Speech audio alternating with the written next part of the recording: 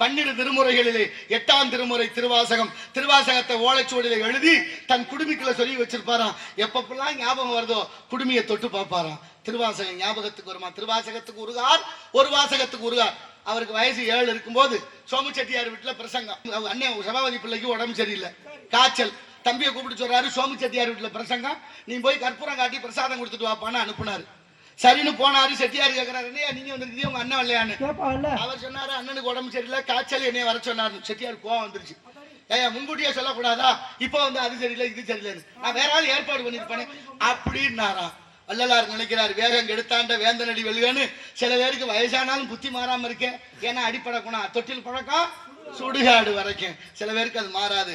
சொல்லிட்டு கேட்டாராம் வள்ளலாரு சோமு செட்டியார, ஐயா செட்டியார் ஐயா, காய்ச்சல் என்ன எங்க வீட்டுக்கு கடிதம் போட்டா வந்துச்சு, உங்களுக்கு தகவல் சொல்லன்னாரு.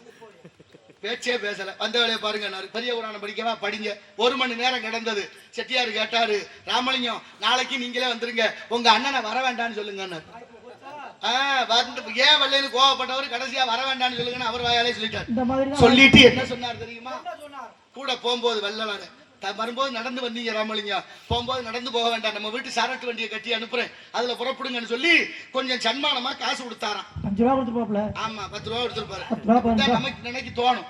அவர் என்ன தானே, அவர் என்ன பண்ணாராம், ஒரு மூட்டை பணத்தை சாக்குல கட்டி கொடுத்தாராம் வள்ளலாருக்கு.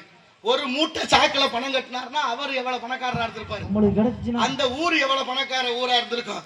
ஆனாலும் பாருங்க, ஒரு மூட்டை பணத்தையும் பாலும் கிணத்துல போட்டு போயிட்டாரு வள்ளலார். பணத்தை யாராவது கீழே ஓட மனசு வருமா?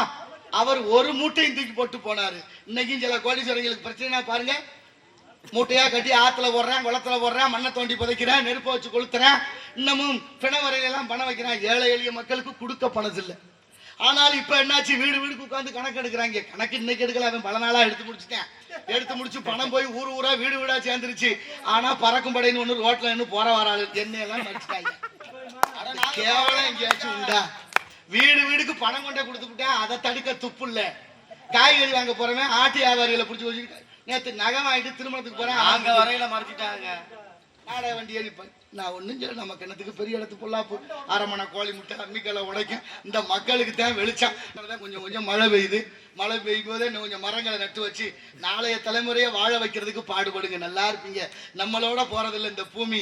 நம்ம வர்ற கஷ்டம் நம்மளோட பிள்ளைகளுக்கும் வச்சுட்டு போயிடாம, நம்ம பிள்ளைகளுக்காகவாது நம்ம வாழ வேண்டும் எதிர்கால சிந்தனையோடு.